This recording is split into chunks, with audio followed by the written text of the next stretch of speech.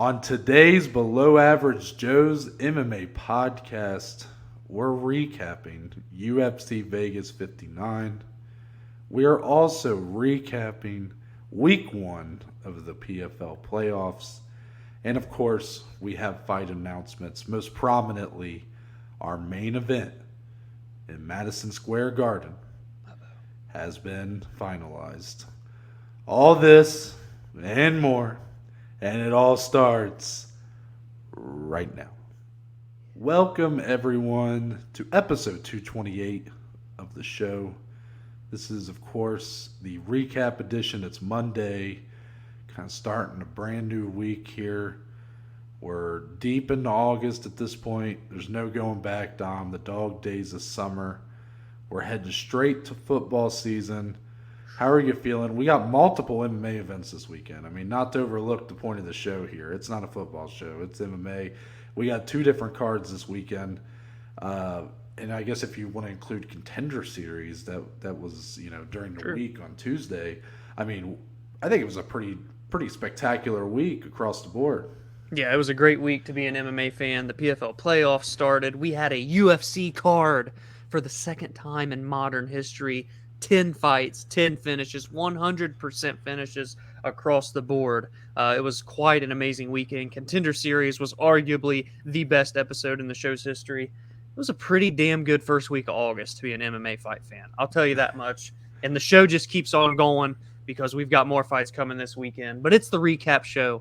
We'll save the previewing for Thursday. But I'm excited. It was a great weekend, my friend. How was your weekend as we get saddled in here on this Monday? I want to ask you a question before I talk about and I appreciate you asking about how I'm doing, but I just want to ask, because I keep seeing this statistic thrown around about the, finishing rate, how it's the second card, modern history. I know why they put that distinction because, the first few cards didn't even have you weren't allowed. Rounds, Yeah. Didn't have decisions. Yeah. But I did see, do you think a no contest should count in that like finishing rate? Like if a fight ends via no contest, let's say the opening bout between Edgar and Bueno Silva ends in a no contest, which I believe would have been the alternative if things didn't go right there. Would you still count it for like 100% finish rate card? To me as a fan, no. There's an asterisk there. But for the UFC, they would probably definitely still say 100% finishes across the board. Wait, is that what happened with the other card? I can tell you that's not correct because if you include no contest, there's actually multiple other cards that would fit the bill. Okay. I saw, I can't remember if it was Caposa or someone like that put it on Twitter. It was like UFC 40, which was Tito Ortiz, Ken Shamrock the first time. I believe the Ultimate Fighter Season 5 finale. I think those were like the 2. And then, of course, they brought up UFC 1, 2, 3, 4, 6. And I'm like, okay, well, those don't count. Yeah. But I just was curious of your thoughts. I would agree with you. So because of that, second in modern history, of course, Michael Bisping on commentary, he was the main event of the other card that did that. That was actually his loss to Luke Rockhold. I think a lot of people forget that him and Luke Rockhold actually have both defeated each other. We never got the trilogy. And isn't it kind of funny that he did have that little shout out on the broadcast? He did the conceive, believe, achieve thing. Did you catch that? I did not even hear that, but I'm glad he did. Yeah, I love of course. it. But I'm doing good. Very solid, chill weekend. Weather was a little spotty. There was some rain yesterday, so it was nice to kind of go sit out on the balcony. I like doing that when it rains. It's kind of peaceful. Oh, yeah, just listen to it. I'm just an old man, guys. I'm washed up, low T. I'm just sitting out there just minding my business, Right. Just people watching. Like, there's this guy that just sat out in his truck for like an hour. Like, he pulled in and he was just on his phone for like an hour. And I'm like, why am I like watching this guy right now? Watching this guy. But Dominic, you had a more exciting weekend. You were out adventuring north. So tell everybody how it went. Of course, I'd already mentioned on here that you have graduated, even though this was more the official ceremony. But you had already graduated with your master's degree, so you went up to our humble abode, second humble abode, whatever you want to call it, to secure the bag, aka as I don't know what the hell's going on outside my apartment right There's now. always something over there, Noah. What's going on? Someone revving up a diesel engine? I don't know what's going on. But Dominic, tell me how the weekend was, and how does it feel to be just out, to be Master Dom now? Yeah, what Dominic Slee MBA. I guess I don't know if that's a LinkedIn thing or not, but it feels good. Because I had been done over a month ago, but it just never quite set in that I was done. But then we went up to BG, had the ceremony, got the diploma case because they mail you the actual diploma for those that don't know that. Someone is really having some fun out there. Dude, I swear Dominic Toretto from Fast and the Furious just pulled in and then pulled out of my parking area. Anyways, Dom, continue. It's about family. But yeah, I was surrounded by family and loved ones yesterday. So it was really good to officially, because in 2019, I thought I was ending my chapter with BG, even though I worked there and whatnot. But now the chapter with BG is officially closed, and it feels good. So I love that place. Bowling Green State will always have a special place in my heart, as I know it does for Noah as well. So it was a great weekend. And now, time for the next chapter, Noah. So I'm excited for what the future holds. Yep. Insert Kevin Durant meme, arms crossed. Right. My next chapter. I did already put that on our social media a while back, but now everybody will be wondering when Dom makes his decision. Are you going to do a little video? Like, you're going to have like 3 different company hats, and you're going to be like, UFC, Bellator, PFL hat. I'm going to take this. Be like, I'm going with one championship. Yeah. But yeah, that's great, Dom. I'm so glad that you got to do the walk the second time. You got to really perfect it this time. You learned from your mistakes of the first walk. True.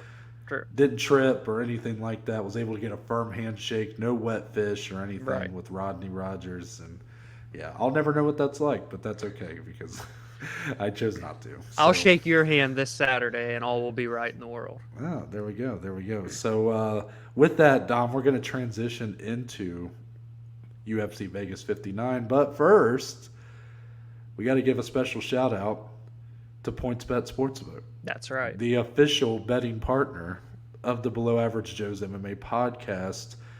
We love PointsBet Sportsbook. We appreciate that they have reached out to us and made us a partner with them moving forward. And with this partnership, we have a great offer for you, the listener or the viewer. If you go sign up for PointsBet Sportsbook right now, you can do so by either going to the link in the description of today's episode or by simply downloading the PointsBet Sportsbook app. Mm-hmm. When you do so, you can use code MMAJOES. Yes. If you go to the link, it'll already be on there. But if you go by just simply downloading the app, you got to make sure you put in MMAJOES at sign up. PointsBet is going to 100% match up to $2,000 on your initial deposit. So it's free money. I don't see why you wouldn't do it. Just make sure you get that by putting in that code. Just really appreciate them and you guys for kind of allowing us to have that kind of that clout, if you will. And, right. Happy betting. So with that, Dom, the main event, UFC Vegas 59. Jamahal Hill, in what was his biggest matchup to date, is his biggest fight to date. We questioned on Thursday if this would truly be his biggest test in Thiago Santos, who had really been on a skid as of late. Jamahal Hill gets it done. He gets the TKO victory in round 4. But now that we've seen the fight take place, do you feel like we really learned a lot about Jamahal Hill here? Did Thiago Santos truly test Jamahal Hill? I think so. I think Thiago definitely tested him much more than I thought that he was going to do coming into the fight. Thiago looked a lot more active and a lot more aggressive than we've seen him in recent bouts. Granted, he was still a bit passive, but definitely upped it when he needed to up it. And that really did throw some wrenches into the plans of Jamahal Hill, but he weathered the storm. He weathered some pretty big shots himself and landed back with authority, as he's known to do in his UFC career. Got that TKO win in round 4. Now, I remember saying on Thursday's preview I would be more impressed or getting Thiago Santos out early in rounds 1 or 2 would be more impressive than like a late round 4 or 5 finish. But I come to you on Monday thinking it was still pretty damn impressive, just because when you really think about it, no one puts away Thiago Santos no matter the round. So I'm not taking anything away from it. I'm giving all the praise to Sweet Dreams Jamahal Hill. Biggest win of his career, biggest night of his career. He's going to crash into that top 6, top 5 contender kind of area of this light heavyweight division at 31 years old in his prime. It was a win that he needed, Noah. Were you impressed with the way that he performed, with the way that he brought that dog out in order to get the win? Yeah, I don't see how you could say otherwise. I don't see how you could say that you weren't impressed with what you saw from Jamahal Hill here. I could understand if some people maybe, if you like thought Jamahal Hill was truly like next champion, this kind of performance against a guy like Thiago Santos, who is always a tough out, but has just not been having much success in any of his main events as of late. You may walk away from this fight and go, okay, Jamahal Hill still has some stuff to work on, but he's on his way. I mean, that's really at worst what you can say here. Now, I already coming in knew Jamahal Hill is exceptional at what he does. He has great knockout power, great size, length, and obviously athleticism. Mm-hmm.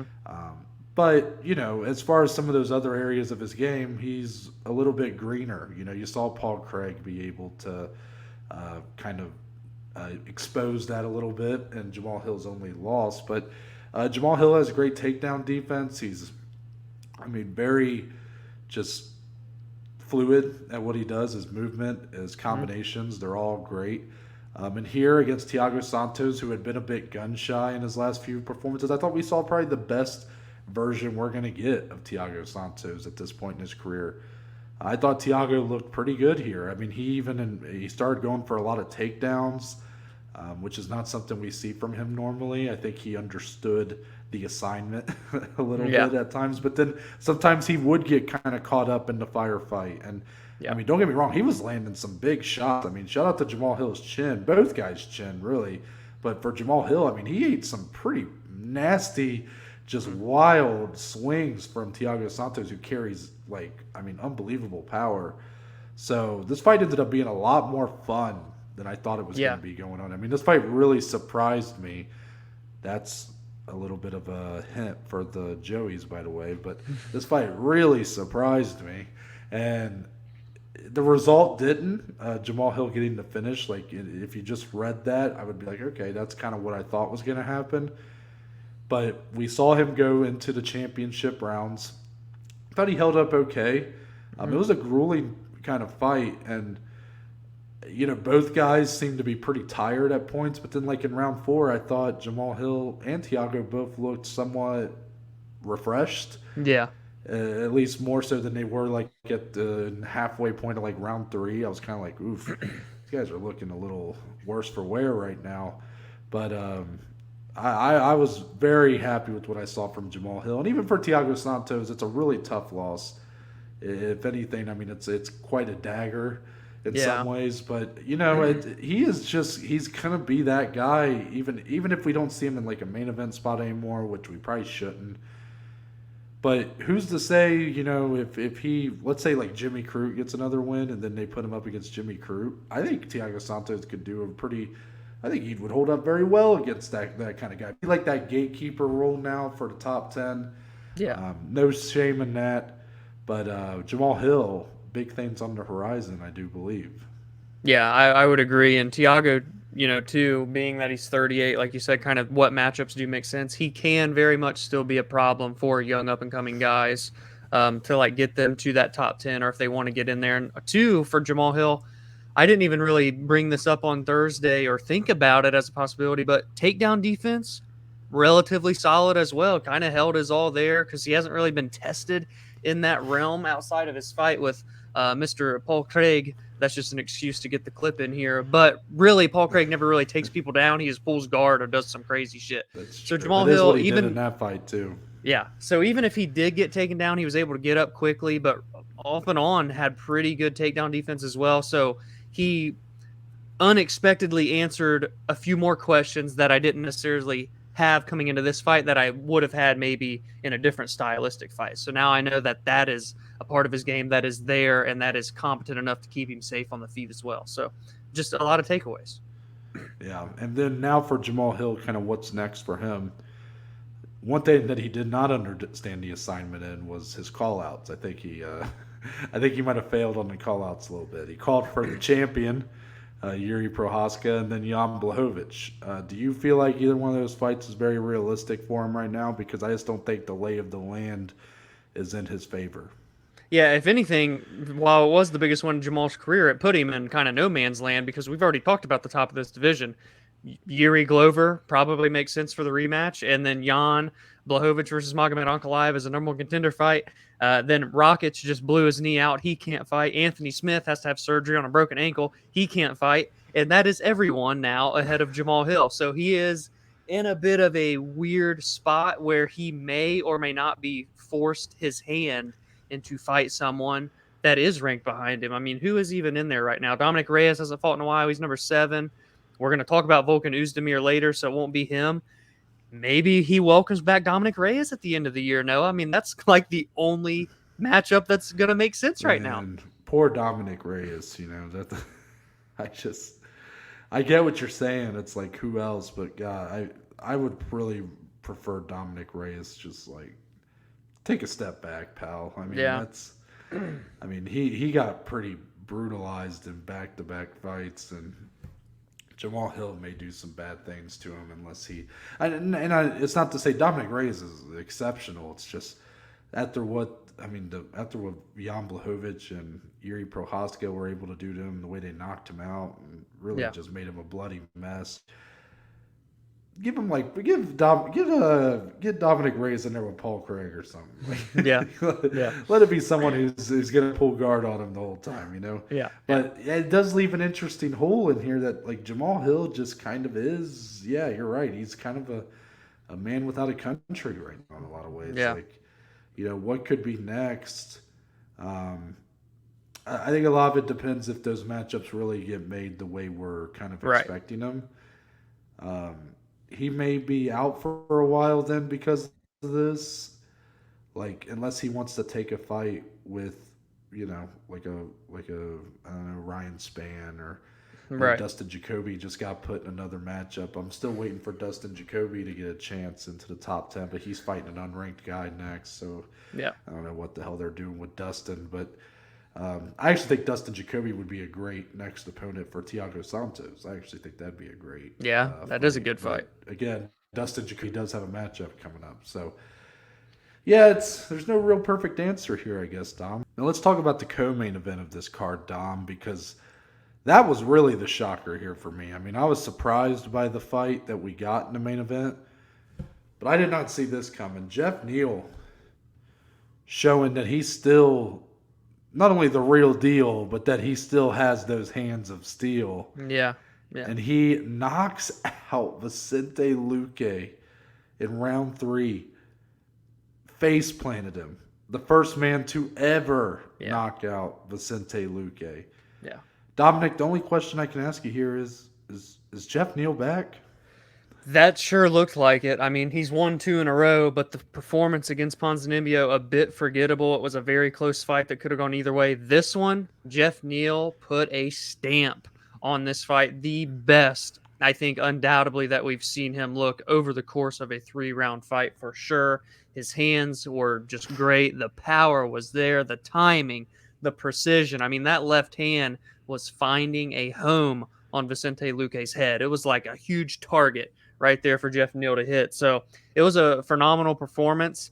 Luque, I guess not the usual Vicente Luque, but I thought he won the second round. So really, it was more so Neal's was that good last night. His performance was that good. And it was a huge win for him. He really put his name back into the hat after a lot of people probably wrote him off, probably even forgot about the hype that this guy once had and the talent that a lot of people felt he had, but he showed it.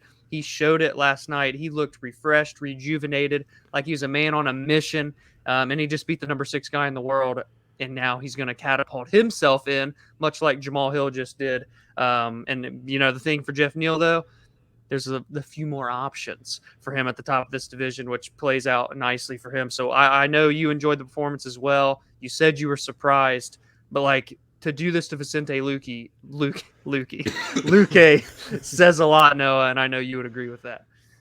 Yeah, I completely agree. I mean, you were talking about people writing him off. I feel like you're looking at two guys who kind of wrote him off. I mean, Geoff Neal, I not necessarily wrote him off. I was starting to believe there was this ceiling on Geoff Neal. Right. That like, okay, he's good, very good, Yeah. but never gonna be the guy. I think I even said this on Thursday. I'm like, dude, is he really the number 6 guy in the world? Like, at the time, we just didn't. Nothing had told us since his out of the octagon issues, where he nearly died, and mixed that with just some in the octagon like performances that just weren't great. The Stephen Thompson fight, like, he gave a valiant effort, but really just got pieced up for 5 rounds. Then the Neil Magny one was even worse because he was like gun shy in that one, and really just allowed Magny to outclinch him and really control him the entire fight. He got back on track with Ponzinibbio, but you're kind of right. Sort of a forgettable fight between 2 high-level guys. It just, the fight didn't really answer a whole lot. But here, I mean, you got to look at the opponent too, Vicente Luque. I thought Vicente Luque came in here looking more like the Luque who fought before Bilal Muhammad. A lot of people were disappointed by the way he looked there. Here, he looked ready for a scrap. I mean, in the early exchanges in round 1, he was going for it. Yeah. It's just Geoff Neal hit him with that left hand, and he was like, oh, shit. Like, that power is something else. And, I mean, Geoff Neal just had the timing, the accuracy of that left hand was perfect. It was 100%. I mean, every time he threw that left hand, it landed, and it hurt Vicente Luque. And, I mean, you're right. I thought Luque won round 2 as well. Apparently, all 3 judges scored for Geoff Neal. So, I mean, it was probably a close round, but I guess it was compared to the first, where it was almost a 10-8 for Neal. Maybe you just kind of hope that Luque gets that round. But this is the biggest win of Geoff Neal's career, undoubtedly. Undoubtedly the biggest win of his career. He is now a borderline top 5 guy in this welterweight division, which is kind of crazy to say, at least this quickly. I thought it was a smart fight for Luque to take if he was going to come back as quickly as he was, to fight someone just a little lower in the rankings, try to get his mojo back. And he ran into a guy who has improved a lot since the last time we saw him in December. That's just the way it goes in the UFC, man. These top 15 guys, you don't get easy breaks a lot of times. So, as far as for Luke, as far as Geoff Neal, he called out Gilbert Burns afterwards, which is actually a very interesting call out. Not just because Gilbert Burns is a guy who is kind of looking for a matchup, who is ranked a little bit above where Geoff Neal will presumably be come Tuesday, but also because he is like best friends, teammates, training partners with Vicente Luque. So much so those two have said they will never fight each other. Do you think Gilbert Burns may have a bit of an itch to take this fight to try to avenge his fallen brethren? Absolutely. I think it was a perfect call out for Geoff Neal. I think it's a great fight that makes sense for Gilbert Burns because of the built-in storyline and for him to kind of bounce back and get a win. He's looking right now to fight Jorge Masvidal, but he said on Twitter, if that fight does not happen, I will fight Geoff Neal. And I think that is a phenomenal fight stylistically. There's a lot of X's and O's that would make us very excited to break that fight down. And just for the future of the division, it makes sense. Like, there's not one bad thing you can say about that fight. We go from the main event, not necessarily the best call out, to a damn near perfect call out from Geoff Neal that makes all the sense in the world. And I absolutely 100% would love to see that fight next before the end of the year. Yeah, I think that's a great fight. I would love to see it happen before the end of the year, like December. I mean, hell, if you want to throw it on November, I ain't going to be upset. Yeah. Or it could be a fight night headliner. I mean, that's a great 5-round fight, to be honest with you. Yeah, I mean, I think that's definitely the fight I want to see. Yeah. I respect that Gilbert Burns wants the Masvidal fight. I'm actually surprised that he was so into the idea of it because pay-wise, Masvidal fight's going to attract a little bit more.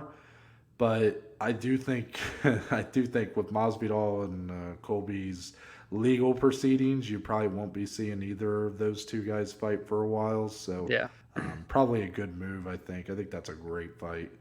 Yes. Don't have really anything in mind for Vicente Luque next, but I do want to ask you, with back-to-back losses and, just the way it's happened, right? The Bilal fight, it was a big opportunity. It was his first main event, and he sort of, dropped an egg a little bit. It was a little bit of a dud in terms of his performance there.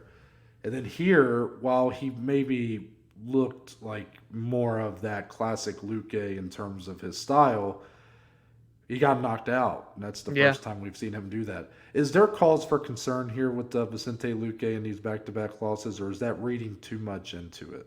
I think right now maybe just a little bit too much. It's borderline. Like let's get a little worried, right? As a Luque fan, you want to see bounce back, get a big win, of course. But I mean, Bilal Muhammad does what Bilal Muhammad does, and that was arguably one of the best performances he's ever even had to do that for 5 rounds. And then last night, Geoff Neal kind of had the best performance of his career. So I swear, though, that's the thing with Luque. He brings out the best of his opponents. So it kind of works to his detriment because he's always going to have an extremely hard fight, man. So I'm definitely not ready to count out Vicente Luque, but, I wouldn't mind some time off, some readjusting. Obviously, there was a clear weakness that Geoff Neal was able to capitalize on, landing the left hand over and over again. But Luque can absolutely stay within that top 10 and get back to top 5. I have no doubts right now. He's still in his prime. Let's just kind of see what he does next. He is obviously going to have to take more of a step back than what we already thought Geoff Neal was. That's clear. Yeah, I completely agree with everything you just said. I'm too concerned right now. I just more want to see a bit of a break. Just take some time. Take some time, Vicente. You've earned it. This guy's been putting on absolute wars, all absolute hood classics for years now.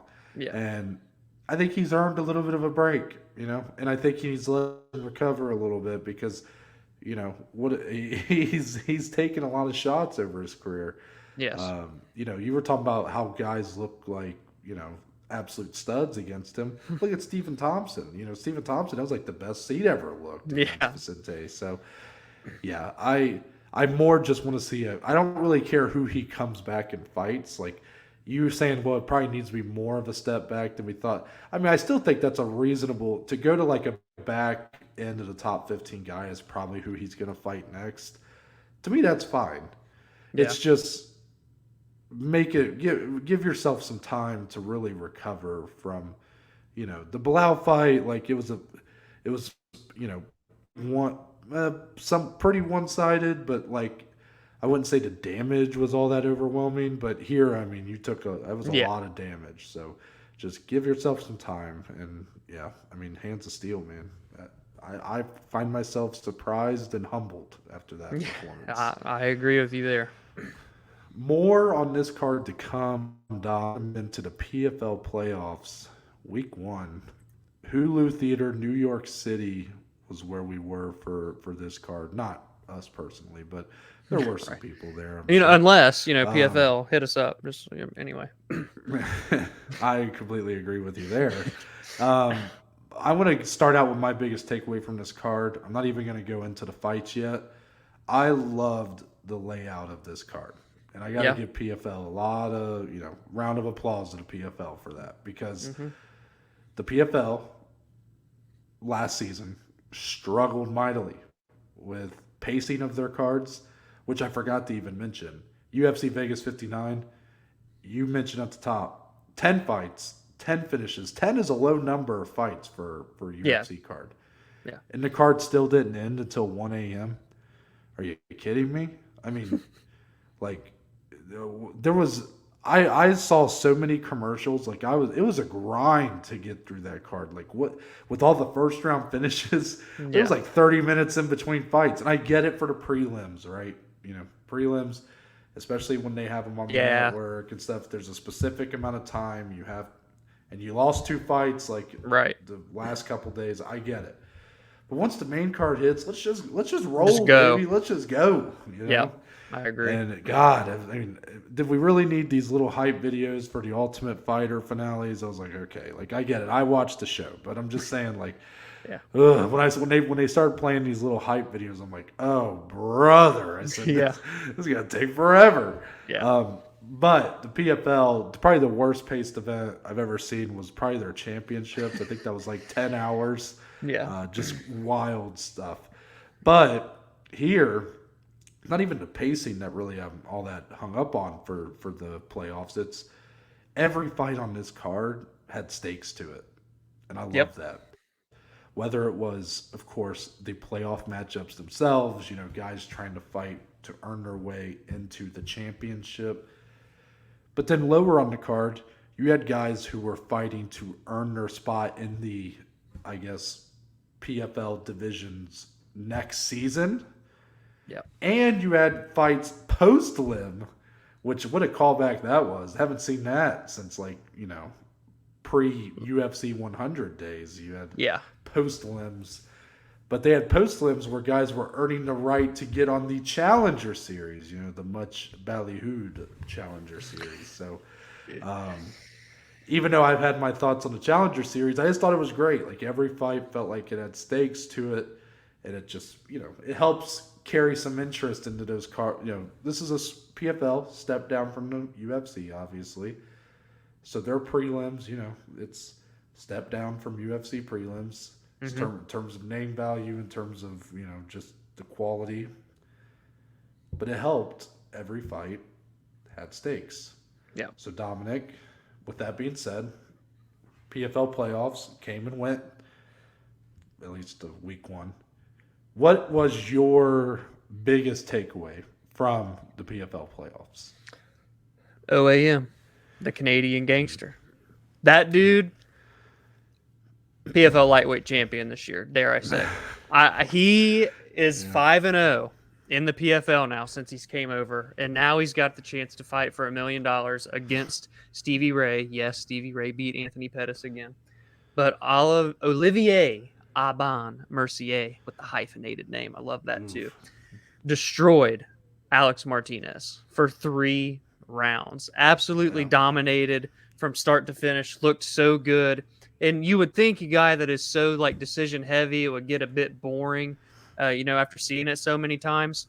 Never got bored once in this fight. He was constantly threatening and working for the finish if he could find it. He even looked good on the feet, which I thought Martinez, if anything, would have the advantage there. I mean, he has been just honestly the biggest standout of the entire PFL season thus far. And now he's 1 win away from changing his life and winning $1 million. It was a flawless performance. Standout of the night for me absolutely was OAM. I mean, how could it not be, right? He is just, man, I love watching him fight. Has he been kind of the biggest notable fighter for you this year in the season? This year, yeah, like last year, he is this season's like Rosh Manfio for me. You know, like last season, I mean, he fought for the PFL last season. It just, it didn't stick out to me the way it is now. And he just seems to be continuously improving. He looks fantastic. Canadian Gangster, the best nickname in the game. Because, again, he got that nickname because he doesn't turn his turn signal on when he's turning at a stoplight. Right. But to me, if I had to give like a second I hate to go negative here, but I'm finally at the point, Dom. Anthony Pettis, it's time to talk about him. Yeah. You know, I think a lot of people were saying this before me. I mean, even you, I think after the last fight, were kind of ready to acknowledge this. But this one really did it for me where I'm like, wow. You know, the Showtime, the being a high-level MMA fighter is just done. Yeah. It's done. Now, I mean, he's competitive, like here against Stevie Ray. He's been competitive in the first fight. He looked great in the first round. Then the second round gets back taken, you know, the story. Here, he had his moments, but Stevie Ray just seemed to be able to take him down at will, had a great game plan for him, was able to kind of take him in the deep waters. what a win for Stevie Ray, by the way. I mean, 2 wins with Anthony Pettis, and now you're in the finals. I mean, just awesome stuff. But for Anthony, it's just sad. And I think a lot of people are going to mistakenly call for him to retire here. Again, I try to be a little more, at least lately, be better about not necessarily calling for people's retirements, because it's just, that's a very sensitive matter for these fighters as they get to that age, or they start to lose a little bit of that skill.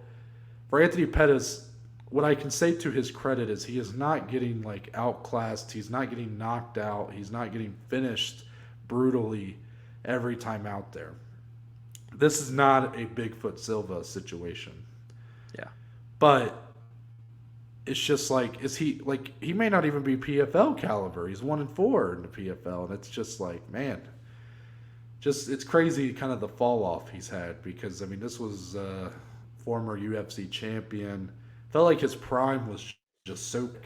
And it's just such a shame to see that it's kind of fallen to this.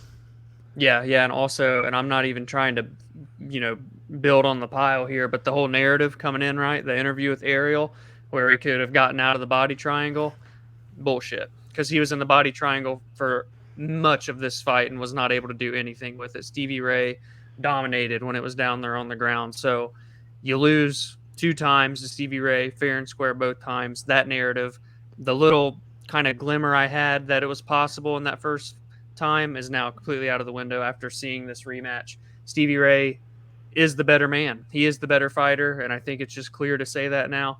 It sucks to even have to be negative about Anthony Pettis. He is the Wheaties Bucks guy, a former champion, like Noah said, a WEC legend as well. Never forget the Showtime kick off of the cage. Mm-hmm. But man, you said it perfectly. When you really think about it, his prime came and went. Blink of an eye, and it was over. And if you didn't get to witness it, it is a shame, because he was an elite talent, one of the best fighters in the world at a time. But that's just part of the game too. You have to see all of these greats wither away, and it sucks to be a hardcore fan and see it happen in front of your own eyes. But that's the lay of the land. That's the way the game works. Very curious going into 2023. Is he going to want to fight again? Is the PFL going to want to keep him around? Because he is still a big name for them, but is the payoff quite worth it now after all the hype that you had around him last year? So we'll see what happens. I know he had interest originally doing the welterweight season as well. I mistakenly, when the first fight happened, thought he was in welterweight this year, and obviously he wasn't. So maybe he tries that one final ride in 2023. But man, really, what do you do with Anthony Pettis? That's a great question, Noah. Yeah, I mean, if you're the PFL, I think you have no reason not to bring him back. Yeah. He brings eyeballs. I don't know if he's going to continue to do so, but up to this point, I guess the PFL probably were hoping that he would come in and be like, I guess they were hoping he would be like a top guy for them. I mean, I guess that's the hope you have, but I mean, it can't hurt for him to be like, I mean, some of the guys that have beat him, like, I feel like have really benefited from it, like a Rosh Manfio. Like, I feel like he's really benefited, even though I know this season sort of fizzled out for him. I feel like that really helped his credibility. So I feel like if you're the PFL, you still do this deal 100 times out of 100, even with the hindsight of what it's been so far. And I think if he's committed to coming back, whether it be at 155 or 170, if you're the PFL, you do it, just because he is a big name. He's going to drive a little bit more interest than your average guy. He may not win. He probably won't win. But that's okay, because he's going to be somewhat competitive. I mean, I feel like in every loss he's been competitive. It's yes. It's just the holes have become even bigger than they were when he was at his best. The way Stevie Ray just was able to out-grapple him at will here. It's just, that's not the way Anthony Pettis would have. That's not how he was in his prime, Exactly. But I don't see any reason why he won't be back next season, unless it's strictly him just not wanting to continue down this road. And he can maybe they'll let him out of the contract, or I don't know what his contract status is. he can go fight for Eagle FC or X MMA. A couple of promotions that have been homes for a lot of former high level guys. Give them decent paydays kind of at the end of their career. I mean, I'm not going to complain about that. If he were to go to what did Rashad Evans fight at in his last fight? He fought at Eagle. Yeah. Yeah. At what division was it like? Oh, where You did? probably don't remember. I think it was. I think it 170? was light heavyweight still, or middleweight. It would have Was been one of the two. Okay. Well, I was going to say if Rashad Evans was fighting at 170, Do that. versus Yeah. Anthony Pettis, but I wasn't sure if Rashad I don't was remember. getting down to that weight. Yeah, I mean, to be on a more positive note, we opened our PFL playoffs with an absolute Banger. just banger. Rob Wilkinson getting the knockout of Dylan Monte, but not before having to eat some big old hammers. That fight was awesome. It was like only 1 minute 37 seconds. Rob Wilkinson is fucking awesome. I love watching that guy fight. Yeah. It's him versus Akhmedov in the finale championships, and then you got OAM taking on Stevie Ray. I think those are two very solid matchups. I think the Wilkinson-Akhmedov fight is very intriguing. I do kind of agree with you that OAM, it feels like a foregone conclusion that this guy is going to win the championship for this division. But Stevie Ray, he keeps defying the odds, Dom. Just like Manfio last year at 155. That's the story. Exactly. We start with UFC 280, Dominic. Once again, in the headlines. Once again, the fights keep on coming. What's that song? They don't stop. They don't stop. Like they. Yeah. What song am I thinking of? That's what's the band? It was in Shrek. Smash Mouth. Is that the name of the band? Yeah, Smash Mouth. What's Rockstar? Hey now, you're a rock star. Yeah. They don't stop coming, and they don't stop coming, and they don't stop coming, and they don't, I've seen the loop on YouTube. It's like 24 hours of it just not stop coming. Well, that's what UFC 280 is turned into. It's so this insane. is, of course, the card in Abu Dhabi, October 22nd. Volkan Oezdemir and Nikita Krylov making quick turnarounds from fighting just a couple weeks ago. But they're going to fight each other, Dominic. So Nikita Krylov maybe had the more impressive performance out of the two, the more noteworthy performance with his knockout of Gustafsson. But do you like this matchup? Krylov, guy that constantly has a very high finishing rate, of course. Volkan Oezdemir, a bit of the same. Feels like maybe a fight that won't go to distance. Yeah, that could be a bet. Come the bet slip in October. It is a good fight. Two guys that have been doing it for quite some time now, even Volkan, but never fought each other. So it's a fresh matchup. I'm never opposed to fresh matchups.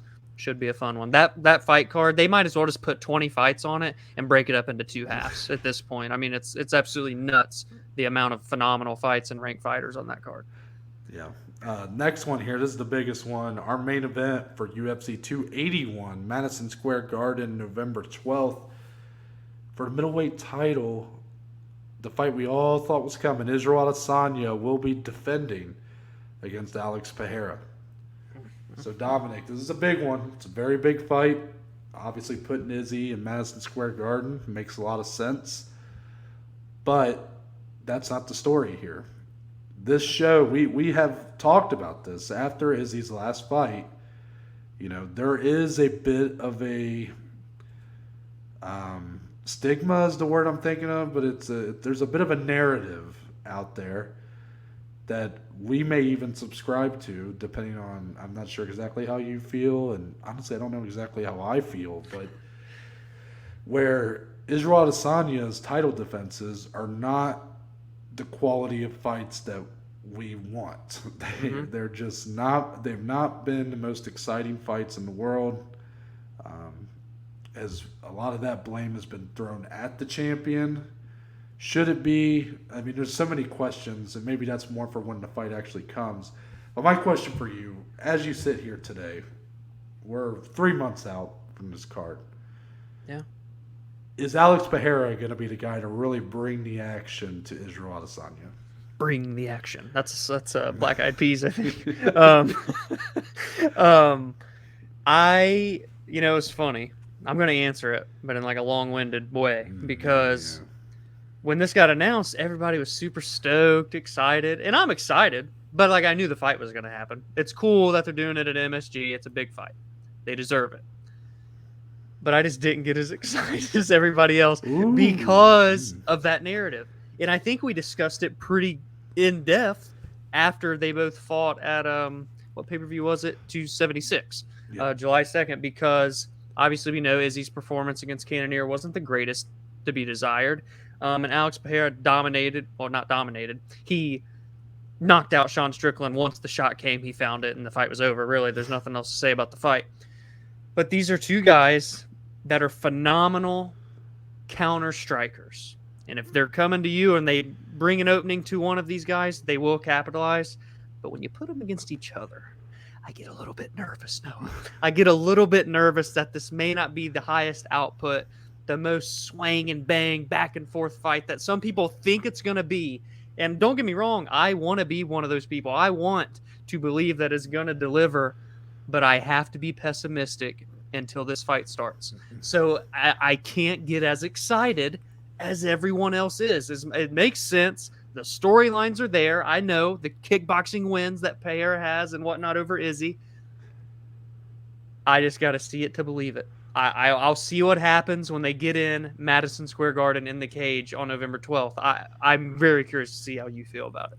I'll put it like this. The sports side of me is glad this fight's being made because I feel like Alex Pereira, with that win, seemed like he was the rightful next guy. Isn't that crazy, though, too? Still 3 UFC fights. And I guess in a way, like maybe, yeah, I mean. But, he earned it. The Sean Strickland one, I mean, that was emphatic. That was, yes, I mean, that was a highlight reel type knockout. He does have 2 wins over Izzy in kickboxing. You have the narrative, the storyline there. Yes. Well, maybe it isn't the sports side of me that was happy about that. I don't know. Now I'm questioning. Don't question yourself. But I do think you're right. Basically that side of me, at least in my head, was kind of happy that this fight was made. I'm like, okay. Felt like the rightful next fight. Yeah. Good. I'm glad it's announced. I think Madison Square Garden's a good spot for it. Yeah. The fan in me, the person that likes to be entertained, is very nervous. Yep. Very nervous. And I'm kind of shocked at how excited everybody is because I'm like, wait a minute. Weren't a month ago, weren't we all like kind of mad at Izzy for, a lot of the talk that goes in? He's always saying, he does a lot of talk for fight promotion, right? He'll say like, I mean, what? I don't even know. I mean, I hope he's done. I hope he retires that Elsa line forever. I mean, oh my God. Yeah. Some of the other ones, just acting like he is going in there to put on a show to knock his opponent out, and once the fight takes place, it's like, well, it's a lot of low kicks and jabs, but I don't know if that's really going for a finish there.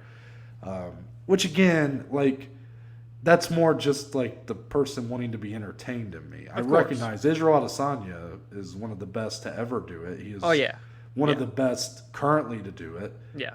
And honestly, legacy-wise, it really doesn't matter because I feel like there probably is a point where people will say like, well, if you look at the history, Anderson Silva, GSP, they've all had that sort of narrative around them at one point in time. Yeah. And now their legacy is more defined by the fact that they were so dominant. Just that great. They are, greatness. So at the end of the day, I don't know how much it matters long term, but I don't believe for a second that this is going to be the fight that people think it's going to be. I am a bit of a believer when I see it at this point with Izzy.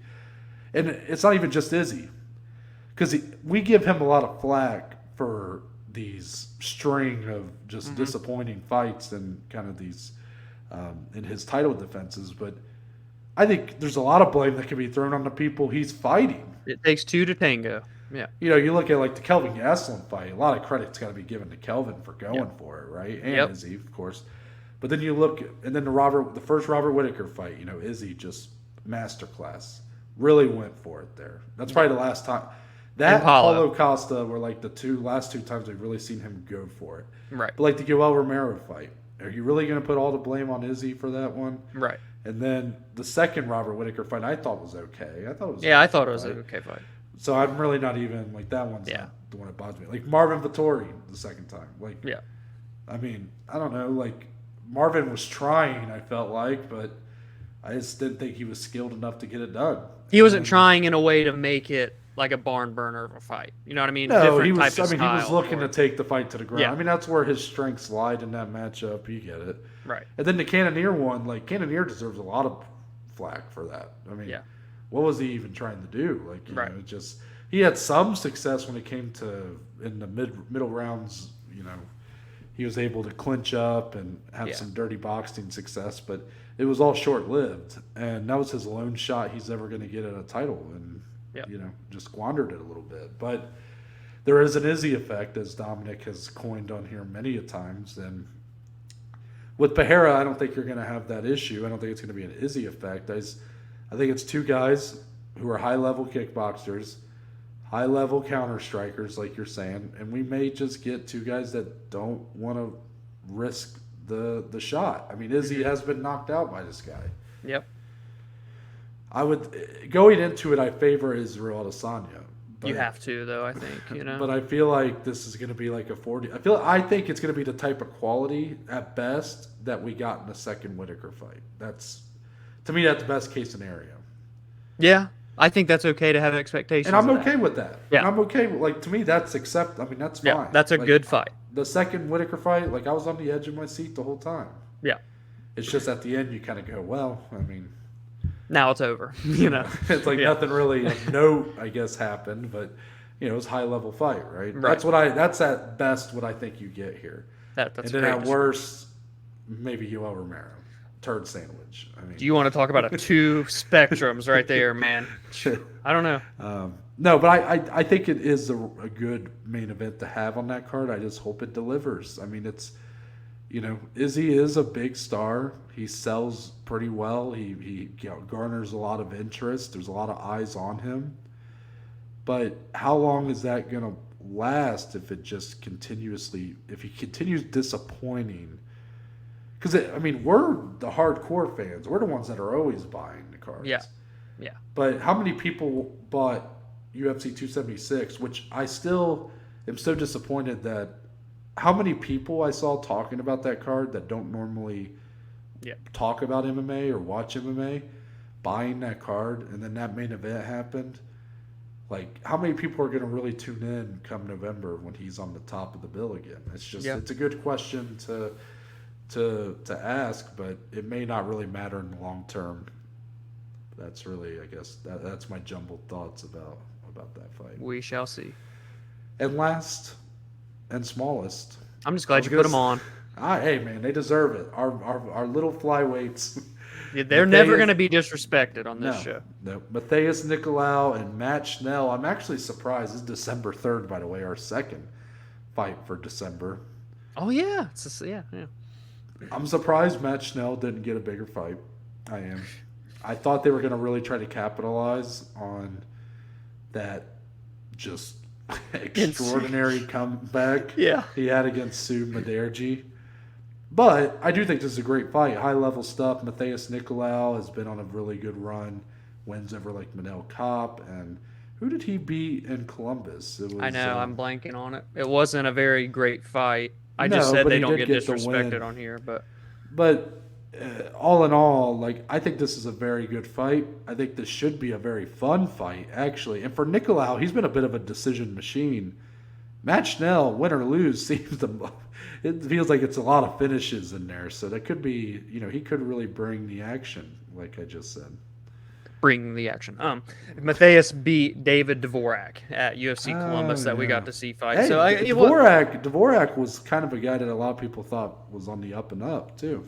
Right. So I think it is a good fight. It is a high-level fight, like Noah said. So, yeah, that fight with the Amanda Hebos fight on December 3rd, that is looking to be good so far in December.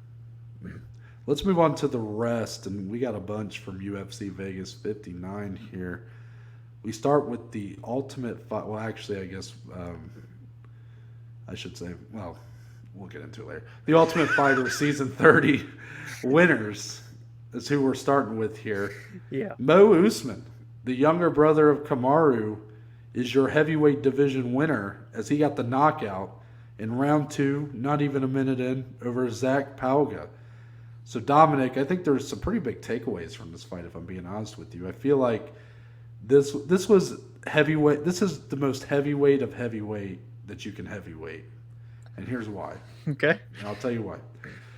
I feel like Zach Palga showed that he is the more skilled fighter of the two, and it simply did not matter. Yep. Because Muhammad Usman is an athletic freak who carries extraordinary power, and even though he got kind of outworked in round 1, in my opinion, I mean, not outclassed quite, but definitely got outworked in round 1, simply found a short left hook in round 2, and it was all over.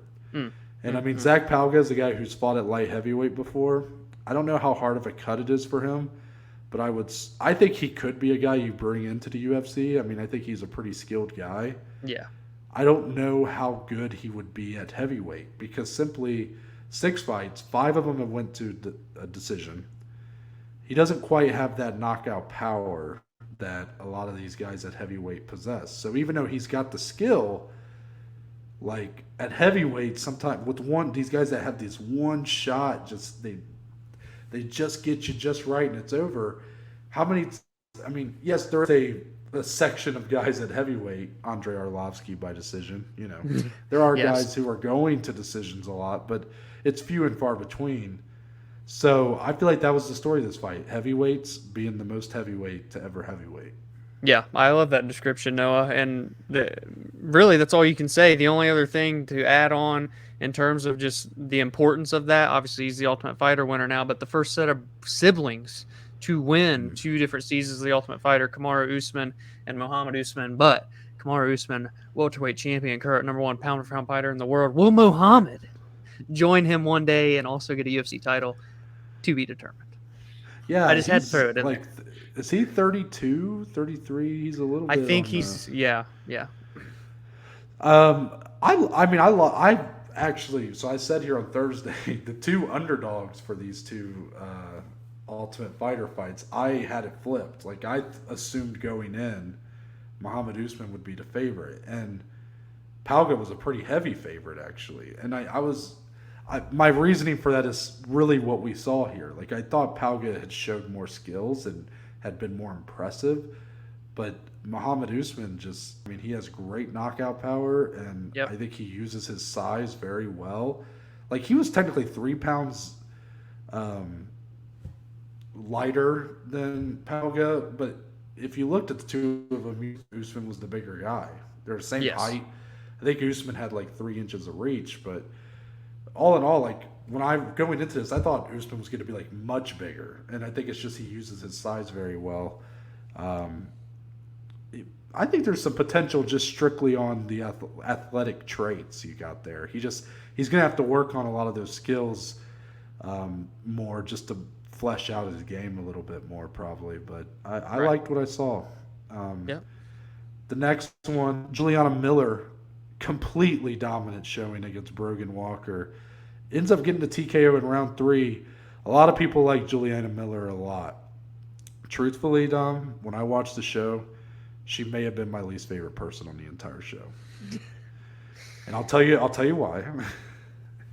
Because and her fight style though is like really fun to watch. Like she goes for it every time. Like even here, she dominated the first 2 rounds of this fight, and she was still in round 3 looking for a finish. I mean, I love when people do that. And on the show, she had a lot of that kind of traits. Like even if she wasn't, I mean, she's only 2-1 in her professional career. Like very limited amount of fights, but it was arguably less skilled in every fight than her opponent, or had less of a resume than her opponent. But she has had more of that dog in her. That damn right. We're never going to get tired of using that, are we? So, for Juliana Miller, what I didn't like about her when I watched the show, and this is, I will say the fight style will win you over, but my man Bobby Maximus, all 42 years of him, you know, that man is the nicest guy on that show. I love, you know how much I was crapping on him being on that show? I was loving Bobby Maximus. Like, I thought he was Good. like the nicest guy. Like, he was just like, I don't know, he's just he just felt like a guy you could just like, open up to and Have a beer with, just sit down. he'd put an arm around you and be like, hey, buddy, everything's gonna be all right. Yeah. So he earned a lot of trust from people in the house. Like, people just they just talked to him all the time. He just had a lot of friends in the house on both teams. And Juliana Miller, her like introduction almost was like her almost like the Catch Me Outside girl. Like that was kind of her like introduction. And she was like super just pissed off that Bobby was like friends with people on Team Nunes. And I was like, what the fuck does it matter? 'Cause I don't want him spreading our game plans and all this stuff. And I'm like, oh my God. I said, I can't stand this chick. But fight style, dude, she's electric. I mean, there might really be something there with her too, because she's got great size, great grappling, pretty strong. I mean, Brogan Walker's supposed to be super strong, and in the clinch, it was no competition here. Yeah. Yeah, I agree with everything you said. You checked every box, and she really could be another great addition to this next wave of women's flyweights. That's simply all there is about it, and it's a fun fight style, so you can't not like that. So I'm excited to see what comes next. Brogan Walker, by the way, she actually was probably the favorite to win the season as far as like from the beginning. Her resume, she has a win over Miranda Maverick and has even fought like Erin Blanchfield and Invicta. So I think that says a lot that someone like Juliana Miller, who has like virtually zero experience, is able to, pull off a win that dominantly over her. Absolutely. So, now for the heavyweights, Dom. The Polar Bear Sergey Spivak gets a very dominant TKO win over Augusto Sakai. That makes it 4 losses for Sakai, all via finish. Dominic, I think what we said about Augusto Sakai way back in his very first main event with Alistair Overeem has really came true. We really didn't buy him as like a guy that the UFC seemed to be investing in as being like a next crop of heavyweight. He was floating in that top 10. They put him up with Overeem in the main event. We didn't really see it, and I think the losses since then have kind of proven that we may have been right. It just seems like you said off recording, you get this guy to the ground and he is just a completely different fighter. And Sergey Spivak, man, had some great trips, just very creative in the way he was getting that fight to the ground. But Dominic, I thought Spivak outstruck him. Every punch Spivak threw, I felt like had Sakai's head snapping back. So great performance from the Polar Bear to crash into the top 15. Yeah, again, copy paste. I don't even have any more thoughts to say. Noah's covering all the bases. It was a great fight for Spivak. Really one that he had been fighting well. He's won like 5 out of 6, but that's one that you really kind of make a statement with, and now he's back in the rankings. So excited to see what he can do. I really am. I do feel for him, though. He basically demanded a bonus afterwards, and he still didn't get it. Don't get me started on the bonus situation, man. That's just that was right crazy. when the UFC had been doing better, because we've been having some good cards lately where there's been like 6 or 7 finishes, and they're just like, fuck it, they're all good, 50K, all of you. We just had, again, go back to the beginning of the episode, the second time in modern UFC history, first time in like 8 years, first time in the entire history of the ESPN deal, that's over 3 years old now, that you have a card with a 100% finish rate. 10 fights, 10 finishes. Every single one of them should have gotten a bonus last night. And 3 people did. Crazy.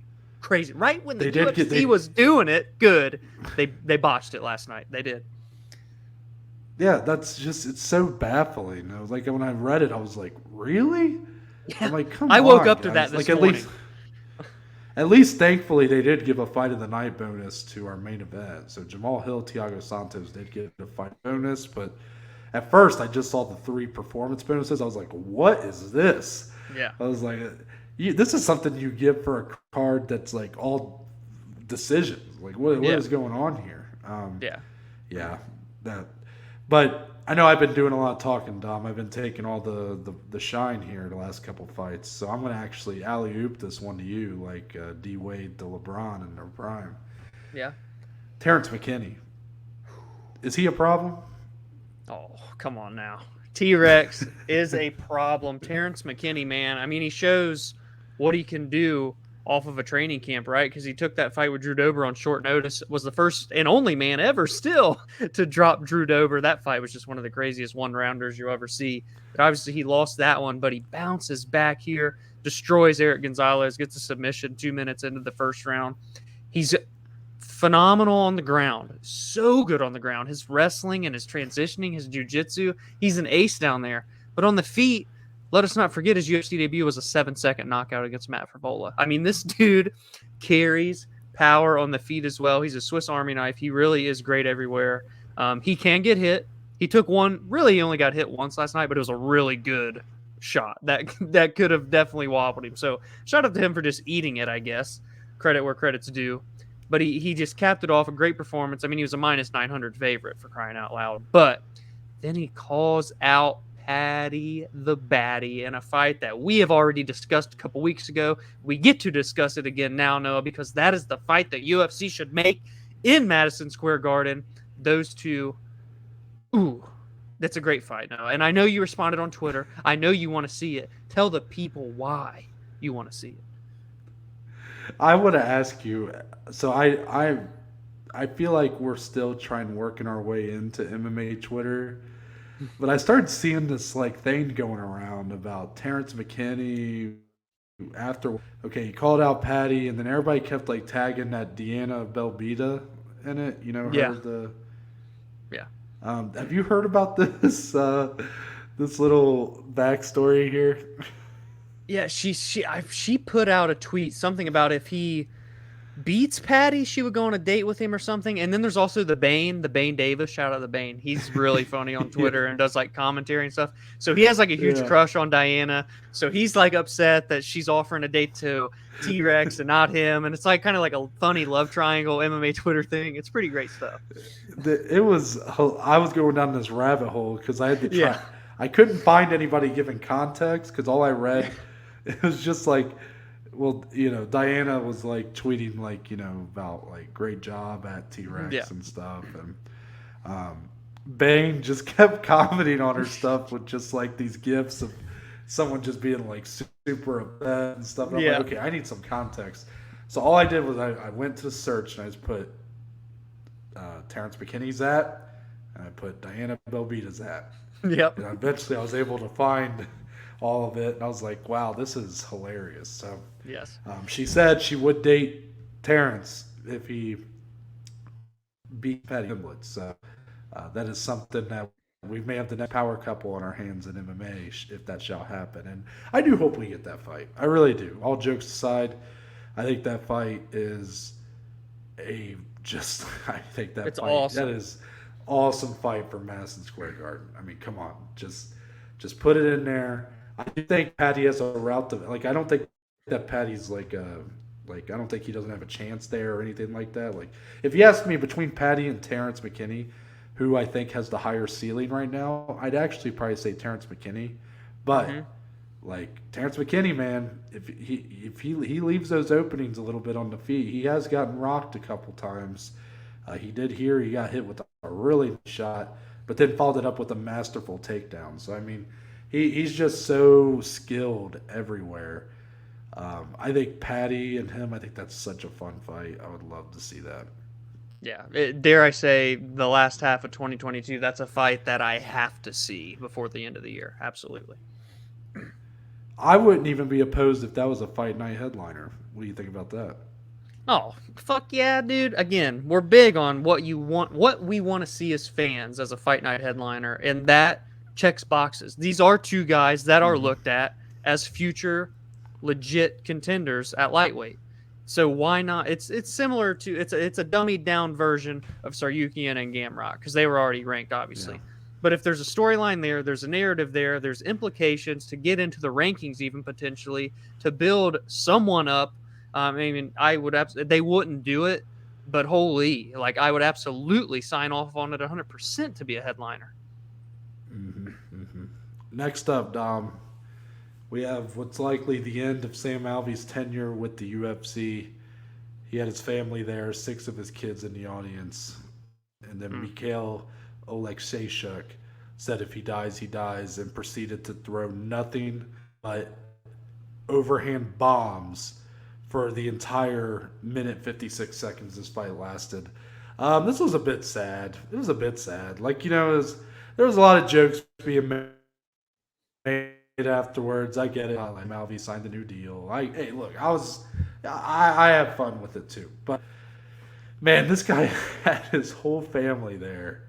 Yeah. And he got fucking pummeled. It's just like, ugh. You just kind of feel a little icky kind of watch. But man, Oleksiejczuk looked fucking phenomenal. So, I guess job well done there. Sam Alvey, a UFC soldier through and through. Hopefully he got paid pretty well for this, and he off to the sunset. Solid career, didn't end away, obviously, the string of no wins that he would have liked. But at one time, the guy was very good, so he deserves some respect for that. Yeah, he absolutely does. No, I'm glad you gave him the shine there. And for old Oleksiejczuk, too, this was his first fight in the UFC down at 185. Filled out well. Looked much better as a middleweight as compared to a light heavyweight. So I am curious to see what he can do at this division. It's not the most talent-rich, stacked division either. I think he can actually make some noise. He is a great kickboxer.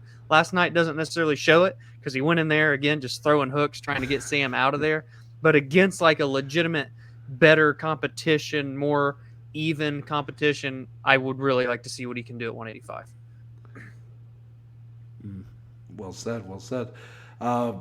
Season 9 of The Ultimate Fighters, I guess middleweight division winner, is already down at welterweight. I feel like that's such a common thing about these guys that win The Ultimate Fighter. They like never in a division that they win it. I feel like, but Brian Battle, he gets the knockout Takashi Sato with a nasty head kick, 44 seconds into round 1. And then, I'm taking this from someone on Twitter. I wish I would have put down their hat. But he said Brian Battle is looking for a Brian Battle with Brian Barberena. Hilarious call-outs, by the way. Not only was the math wrong, he called out Brian Barberena for spelling his name wrong, and they actually spell it the exact same. Just hilarious. Brian Battle, though, Pooh Bear, I loved what I saw. This was short, but he might be. I mean, I wasn't all that high on him, even after winning the Ultimate Fighter. God, he just looks so much better. Like, he just looks really good. And at a welterweight, I think I like him even more. Yeah, his physique was so noticeably different in this fight as compared to the 185-pound fights, if you go back and watch them. But to knock out Takashi Sato like that, I mean, Pooh Bear's known for just being a great grappler and submission threat on the ground, but to look that good on the feet and then get a knockout like that in 44 seconds is crazy. Called out, of course, the Brian battle of the battle. Brian's battling it out in the battle octagon.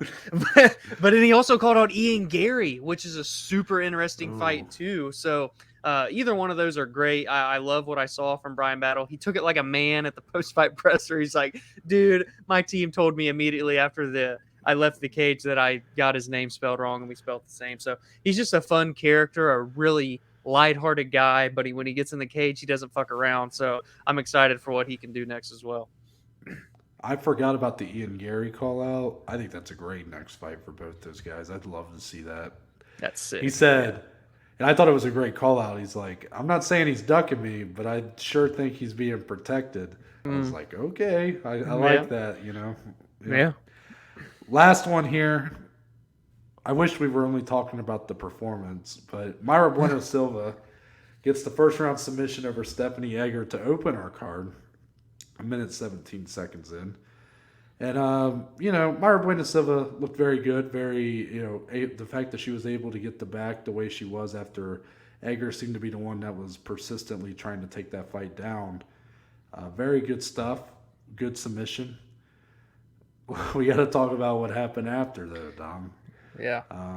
What's your take on this situation? Because I feel like everybody seems to agree that it's pretty clear that Edgar probably tapped. I mean, why would Bueno Silva give it up? Why? Mm-hmm. Why would a judge, Ron McCarthy, son of John McCarthy, by the way, and Herb Dean, and why would they lie and say that they didn't, that they saw a tap? So I mean, it seems pretty clear that she probably tapped, and not to mention when it ended, she didn't like come out and say like, no, I didn't tap. She was kind of Yeah. there.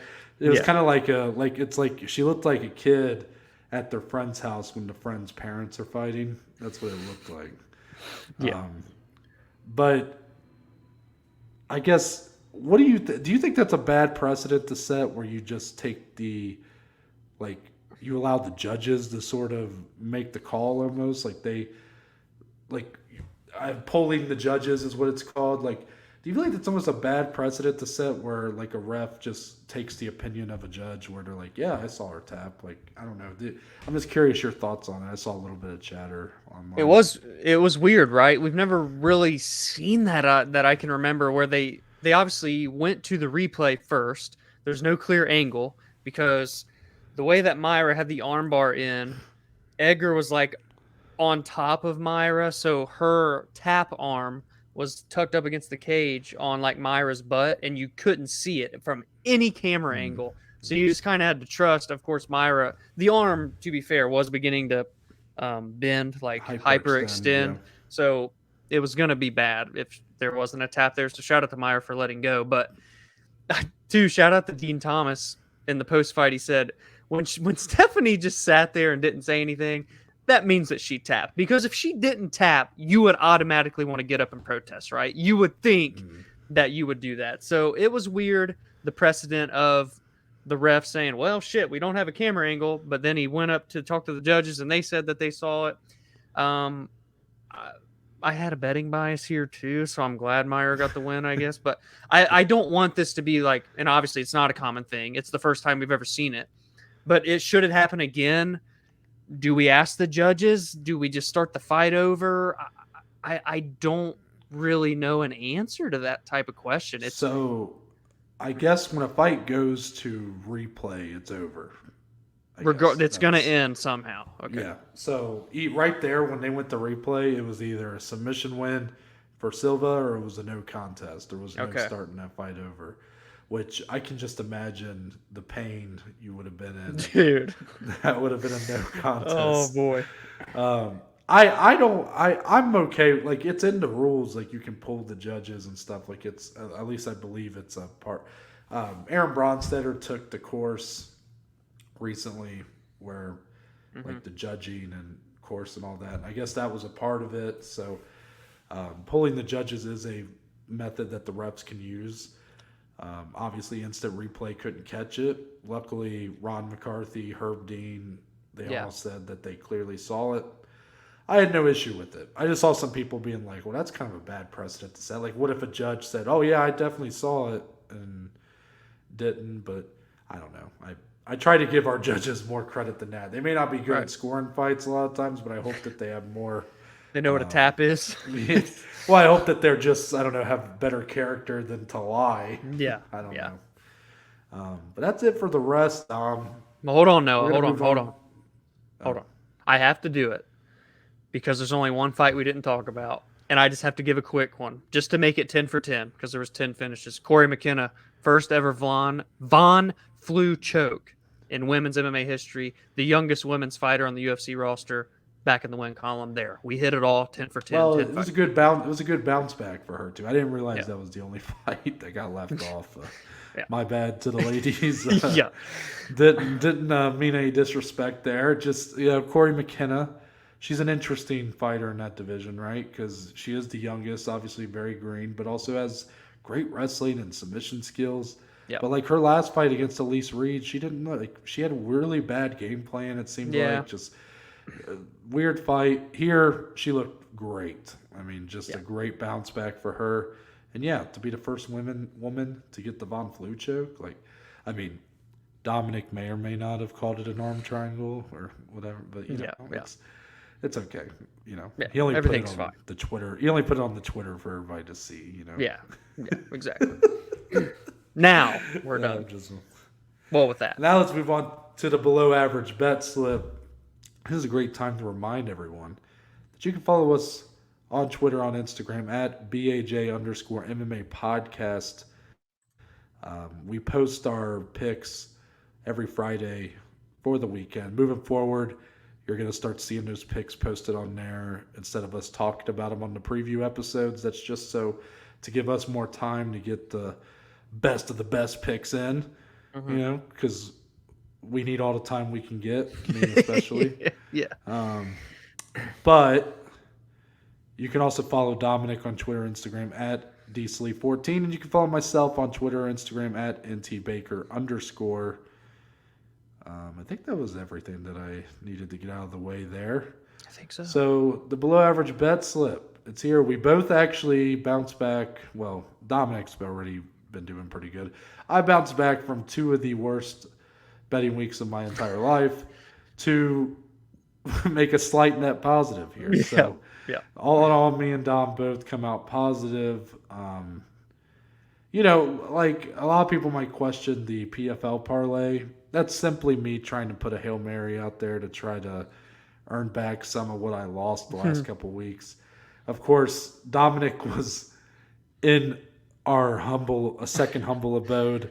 He's staying in a hotel, having to depend on hotel Wi-Fi. I send him that parlay at like the last second before he posts, and he's like, "Oh, it might not get put on the graphic, but I'll make it in the tweet." And I was like, "Oof." The better in me is like, wait a minute, if it's not on the graphic, like, it's going to lose. I'm like, hey, it needs to be on the graphic. But then I wish that he hadn't put it on the graphic because it did lose. And if it wouldn't have been on the graphic, I would have just not counted it. I'm just admitting what I would have done. I totally wouldn't have counted it. Yeah. If it wasn't on the graphic, it would have been like it never happened. Like, yeah, I lost the money, but you guys would never know. Right. That's an untracked bet, that one. Exactly. But now it's tracked. So, Dominic, anything else that stood out to you as far as anything that hit, anything that missed? I'm just going to go quickly on a personal standpoint. To go 2-0 on parlays feels good. It does. Because that is this like second half of 2022, that's where I've kind of tweaked the most is the way that I approach parlays, especially money line parlays. I had that first week of the second half of the year, I went like 3 2-leggers. So now I've been doing 2-leg money lines. It hit again here with Brian Battle, Sergey Sebak. And then I also hit I call them variety parlays when I don't necessarily do just money lines. The Terrence McKinney by finish, Jamahal Hill by knockout decision. Me and Noah both placed that one. I felt like that was a super great bet to place. I really did, because they were huge favorites. You have to dummy them down. You have to find these odds, and to get that at -133, I felt like was a phenomenal play on our end. And so it feels good to kind of, I'm starting to dial in, I think, what I need to do parlay wise. I just have to be consistent at it now, but it was a good week. I'm glad we're in the positive. That minus is going to keep trickling back down until we see a plus on both sides of those standings there. Yeah, I'm glad that you feel like you're getting the hang of it, because somehow I've been doing this for 8 months now, and I think I feel like I know less than I did when I Less started. now than January.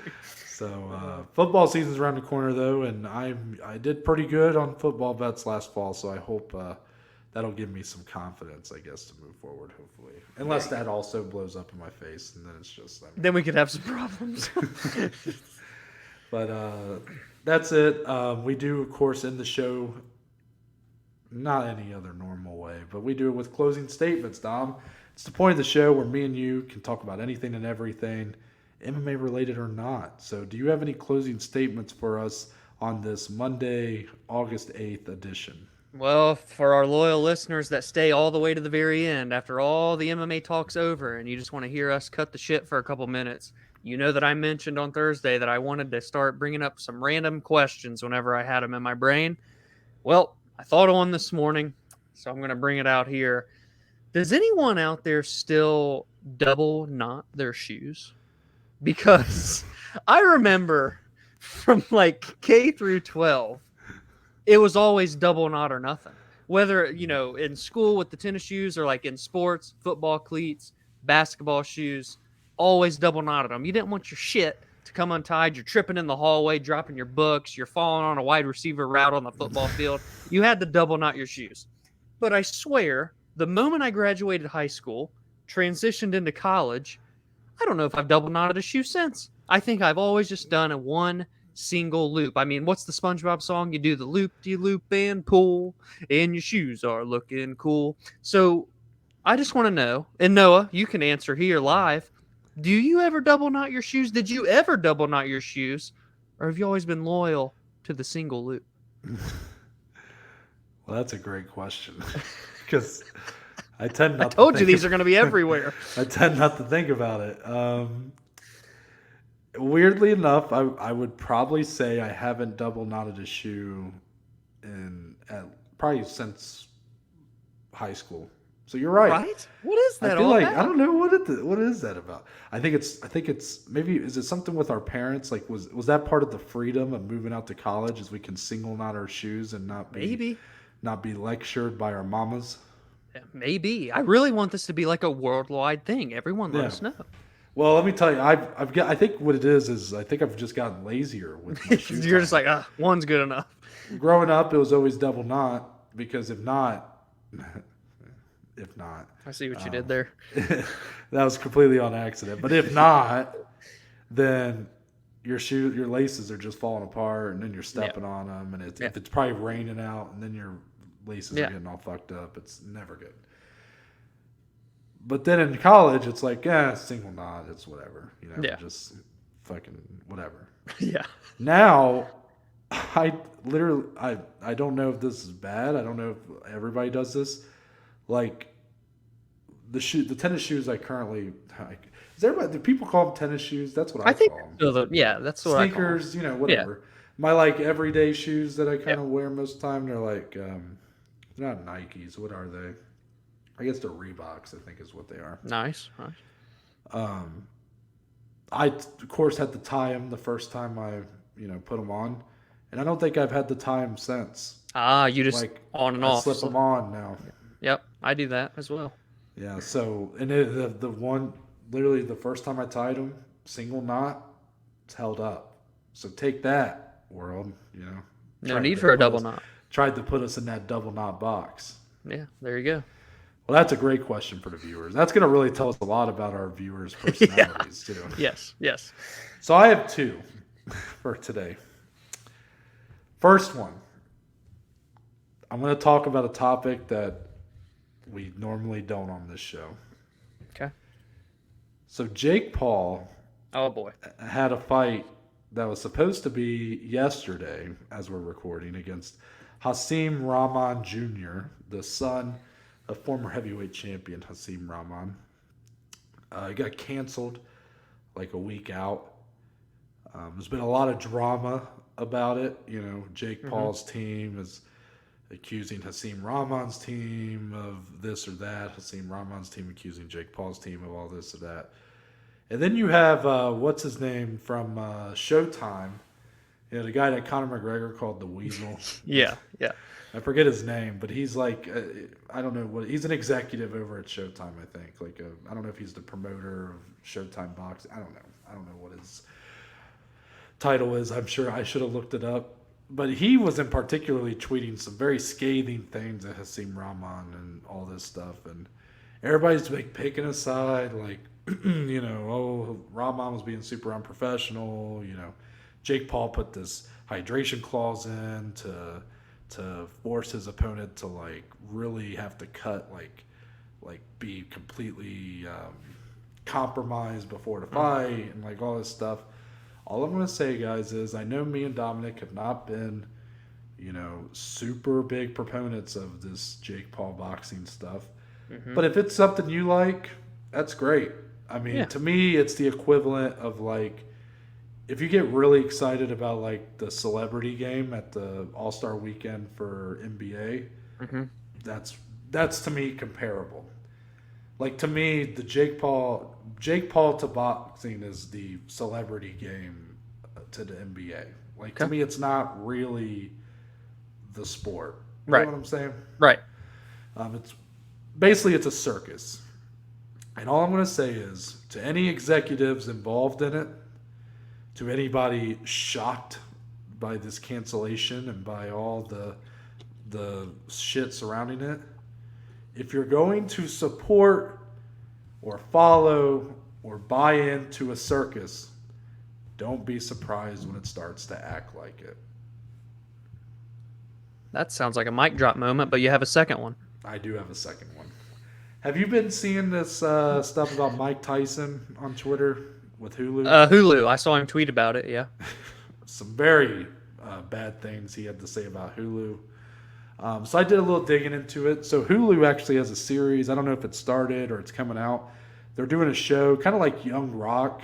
You know? Okay. It's like a show, like a biographical show about Mike Tyson's But life, it's with I guess. actors. Yes. Okay. Correct. I think it's like a TV show. Like it's. Gotcha. I think it's literally supposed to, because I don't know. Young Rock's not Hulu, right? It's on NBC, yeah. Okay. So, apparently, Mike Tyson had also been himself working on some sort of biographical show or movie about his life, and then Hulu comes in and does it. Apparently, they never, involved him. He never signed off on it. They never really involved him in it. And then they actually went to I think it was the WBC, which is of course one of the boxing bodies. They're one of the titles that you can get in boxing. And basically, if you were to believe what's being accused here by Tyson, they lied to them and saying that Tyson was like involved or signed off on it and stuff, and like the WBC like provided like real championship titles for the show to use and stuff like that. So just wanted to throw this out there because obviously we're an MMA podcast, but like Mike Tyson's a legend of combat Well, he sports. mentioned they came to Dana though, right? And he refused to. Yeah, they asked Dana to like probably promote it on or something. the fight nights and stuff. And he refused to do it because I guess he reached out to Mike, and Mike's like, hell no, that ain't my show. So it sounds like Hulu's doing some shady shit with this Tyson show. I would just, I'm not saying you're a bad person if you're going to watch it or whatever, but I'm just saying, maybe just don't show it the kind of support that they're going to want you to, because it's not directly supporting Mike. Yeah, it just feels like really shady shit's going on there. Probably not even going to be all that accurate to his actual life since he wasn't even really included in it. That's interesting. It's kind of crazy to me that like if you write a book, they have to get, if you're the author of that book and someone wants to make a movie or a TV show about it, they have to get you to like the sign rights. over the rights. Yeah. But yet, when it comes to someone's like personal story, you don't have to do that. I guess. Wow. Now That's crazy. I'm sure there's some hoops in there. Yeah. And there's probably some people that are really into this legal stuff that are just like they're like, oh my god, this dude Noah is just so stupid. I'm like, he doesn't understand. But no, it's just, to me, it's kind of crazy that like you can just do that about someone's own personal life, and they don't have the same kind of rights they would if they. Like, if he wrote a book about his life, and then they tried to, if they wanted to do it based off that book, they would have to get the rights. But since it's not, it's just his story. Yeah. I'm glad you dug into it. I saw a lot of people canceling their Hulu subscriptions. I'm not saying you got to do that, but I'm just saying, maybe don't show a lot of support to this show. Because, wait for Mike to come out. Yeah, like I was planning to watch it because I have Hulu and I'd seen it.